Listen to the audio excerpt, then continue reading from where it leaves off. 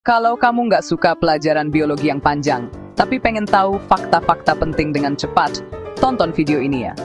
Kita akan kenalan sama sel-sel kecil yang bikin kamu bisa bernafas. Siap? Yuk kita mulai. Sel darah merah itu bentuknya kecil, pipih, dan lentur. Di dalamnya banyak banget hemoglobin. Nah, itu protein yang tugasnya nangkep oksigen. Mereka berangkat dari paru-paru bawa oksigen, ngebut lewat pembuluh darah kecil, terus ngelepasin oksigennya ke otot, otak, dan organ tubuh lainnya.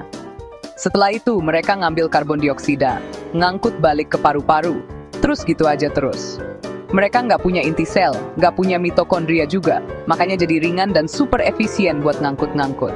Umurnya berapa lama? Sekitar 120 hari. Terus limpa akan mendaur ulang mereka jadi sel-sel baru. Fakta menarik nih. Satu tetes darah itu punya jutaan sel darah merah yang kerja tanpa henti buat bikin kamu tetap hidup. Jadi, lain kali kalau kamu bernapas, ucapkan terima kasih sama sel darah merahmu ya. Mereka itu kurir kecil dengan pekerjaan paling penting.